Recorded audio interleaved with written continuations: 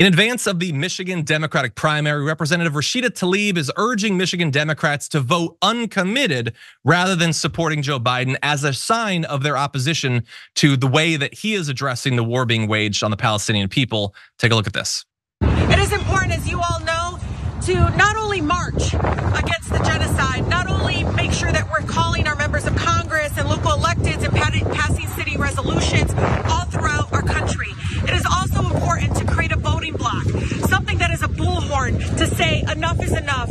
We don't want a country that supports wars and bombs and destruction. We want to support life. We want to stand up for every single life killed in Gaza. I want you to think of El Shama. I want you to think of Rima. I want you to think of Sidra. I want you to think of all of the amazing young children and the people, again, lives were lost in Gaza. This is the way you can raise our voices. Don't make us even more invisible. Right now, we feel completely neglected and just unseen by our government. If you want us to be louder, then come here and vote uncommitted.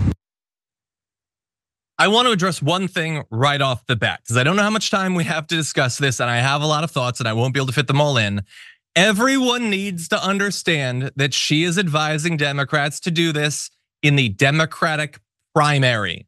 She is not telling them to tank Michigan for Joe Biden in the general election. She is not saying, as a way of showing our opposition to his position on Israel and Gaza, that we should get Donald Trump to win Michigan. She is not saying that. She could say that. Maybe in a few months she will.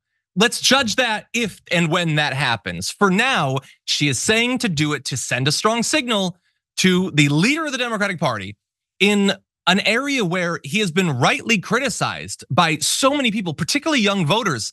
Like, this signal being sent during the Michigan primary could maybe get Biden to change course, and that could really help him in the general election. So there's a case to be made that Rashida Tlaib is not only representing Palestinians, representing people in her own district and in Michigan who feel like their voices are not being heard, but maybe could actually provide a big boost to Democrats in the general election if she makes it clear to Biden that he needs to change course. And there have been lots of people inside of his administration who have been protesting in a variety of ways.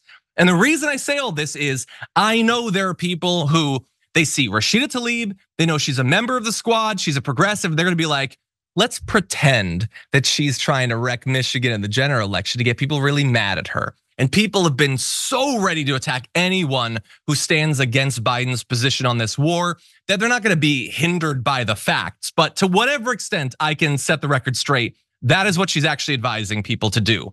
There have been previous attempts to get things like ceasefire written in some of the primaries in New Hampshire. They have not been incredibly successful. 1,500 or so people did it. So that's great. And look, if people want to use this as an opportunity to have their voice be heard, they should do that. But let's just keep it real about what she's actually asking for and the stakes as well. More than 29,000 Palestinians have been killed in Gaza since the war's start. This is not some small niche issue. She is 100% in the right to be trying to get people fired up about this. So anyway, let's just keep it real. That is what she's asking for, and not whatever straw man version of it eventually makes it out via Axios or The Hill or whatever.